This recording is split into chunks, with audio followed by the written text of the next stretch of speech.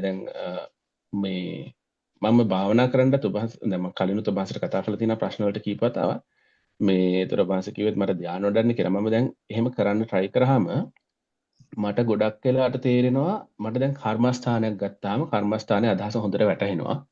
එතකොට ඒක හැබැයි 5 වතාවක් 6 වතාවක් කියනකොට මට ඒකේ අර තියෙන weight එක අඩු වෙනවා. ඒ කියන්නේ ඒක දැනෙන ගතිය අඩුයි. එහෙම මම හොඳට බලලා තියෙනවා.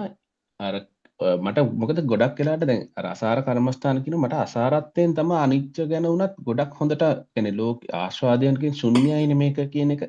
ආස්වාද කියන්නේ තනිකර පටිච්ච සමුප්පන්නයි. ඉතින් අපි මේ එළියේ තියෙන රූපවල තියෙන එකක් නෙවෙයි. ඒතර අපි මේක මාර ලොකු උත්සාහයක් දරලා මේ විඳිනවා. ඉතින් ලොකු දුක් ගොන්නක් විඳගෙන පොඩි ආස්වාදයක් විඳිනවා වගේ ලොකු එහෙම එකක් නේ තියෙන්නේ. ඉතින් ඔන්න ওই කෑල්ල තේරෙන හින්දාම මම අර ඒ කර්මස්ථාන වඩන වෙලාවට අර දීර්ඝ කර්මස්ථාන වලට යන්නේ නැතුව නිකන් නිවනම ශාන්තයි නිවනම ප්‍රණීතයි කිව්වහම මම කරන්නේ අර ඒක හිතනවා මම දුටු නිවන් ශාන්තිය ගන්නවා අර මේ මොහොත මම දැන් මට කිසිම වැඩක් වෙන රාග දෝෂ මොහ පස්සේ යන වැඩක් නෙවෙයි මම මේ ඉන්නේ මේ මොහොතේ තියෙන ශාන්තිය මෙනෙහි කරලා නිවනම ශාන්තයි නිවනම ප්‍රණීතයි කිව්වහම අර කර්මස්ථාන කියවනවට වඩා හොඳට එකපාරට සැහැල්ලුවක් ඇවිල්ලා එහෙම දැනෙනවා. එතකොට අර ඔක්කොම කැටි කරලානේ තියෙන්නේ නිවනම ශාන්තයි නිවනම ප්‍රණීතයි කියන එක. ඒ ක්‍රමේ හරි නේද හාමුදුරනේ මට වැඩෙන්නේ එහෙමනම්. කිසිම ගැටලුවක් නැහැ මල්ලි. දැන් ඔහොම ටික දවසක් ගියාට පස්සේ ඔය වචන පද ඔක්කොම අයින් කළා දානවා. ඔව් අදහස විතරක් මෙනෙහි කරනවා නේද?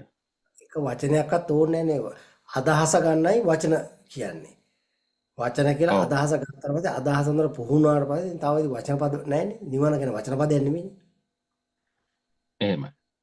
ඔව් අදහසනේ මෙනෙහි කරන්න ඕනේ කොහොමද ඒ අදහසනේ අපිට නිවන කියන්නේ නිවන් සුවය කියන්නේ ඒක අපි ඒක ඒ අදහස මෙනෙහි කරලා ඒක විඳින්නනේ ඒ ෆීල් අන්න කරගන්නනේ ඕනේ ඇත්තම ඊට කියනවනම්. කරගන්න. කළා හිත නිදහස් කරගන්නවා.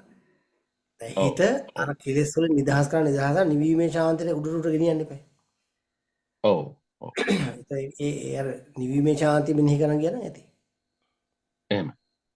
තව එක ප්‍රශ්නයක් හාමුදුරනේ දැන් ඔන්න ඔය අසාරත්වයේ වැටහෙන අස්සාදේ අති අසාරත්වනේ වැටහෙන්නේ මුලදී බණ ඇහුවාම. එතකොට දැන් මේ මට අසාරත්වයේ පැත්තෙන් වැටහෙනින්න මම මේ කියන්නේ. එතකොට දැන් මං එහෙම කාලයක් තිස්සේ ඒ අස්සාදය මේව කරලා ඒ අස්සාද විඳින්න යනකොට මට දැන් මේ අසාරත්වය හොඳට තේරෙනවා. ඒතර මට දැන් ඒකේ තියෙන දුක් ගොන්නක් තේරෙනවානේ. එතකොට එන්න අසාරත්වය තේරෙනවා. හැබැයි අස්සාදයට යනවා.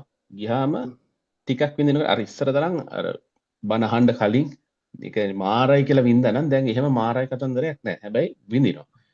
ඒක විඳිනකොට අරක ඇප්ලයි වෙනවා. මම මේක කලිනුත් ඔබ වහන්සේට කියලා දෙනවා. දැන් කායට පහසක් විඳින අවස්ථාවේදී ඒක තේරෙනවා මේකත් මේ අපි හිතලානේ හිතින්නේ මේවා කරගන්නේ. ඒකල අරකේ හොයනවා කියලා.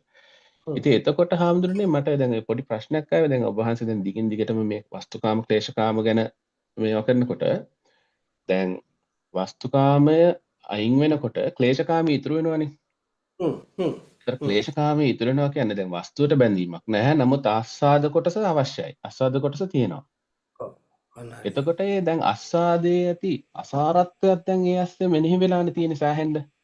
ඒ කියන්නේ දැන් මුලදී බණ අහලා ඒක නිතර විදර්ශනා කරනකොට මූලික සතර සතිපට්ඨානෙදිත් ඒ ආස්වාදයේ තියෙන අසාරත්වය මෙනෙහි වුණාම එතකොට දැන් ක්ලේශකාම විඳිනකොට දැන් අස්සාදේ වැඩිනේ ඇත්තටම.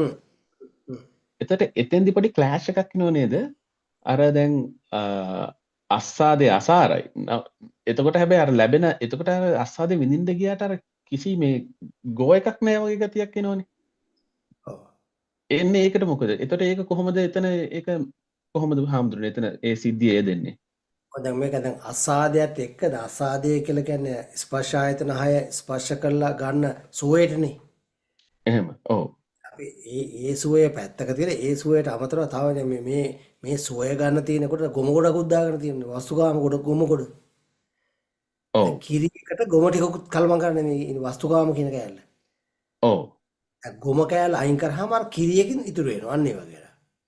ඔව් ඒක තමයි. දැන් එතකොට දැන් වස්තුව මගේ කරගන්න දැන් මේකේ රහ වැඩි වෙන්න ගන්න. මොකද මේකේ රහත් එක්ක අර දුකයි දෙක එකතුවක් නේ අපි දැන් දිගට විඳ හිටියේ. කරදරත් වෙනවා ආශ්වාදයක්. කරදරත් වෙනවා ආශ්වාදයක් තියෙනවා. කරදර ආ කැලා අයින් කරන්න. ආශාදයක් ඉතුරු වෙන ගන්න. එතන අම්බෝ ආන් දවසේ පැය 24 කරදර නැහැ නේ.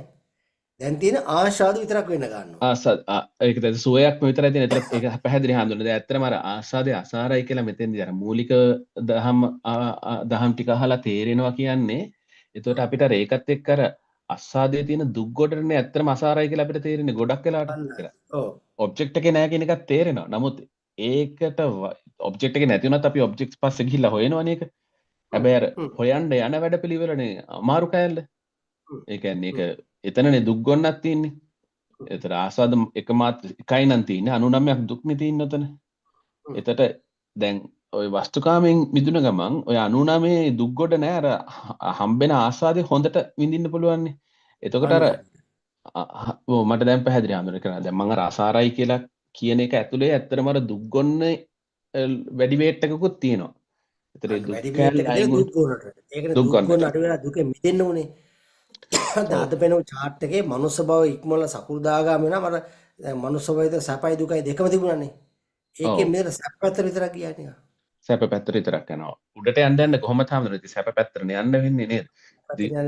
දිව්‍ය ලෝක බ්‍රහ්ම ලෝක වලට යනකොට. ඔව්. හරි හාමුදුරනේ.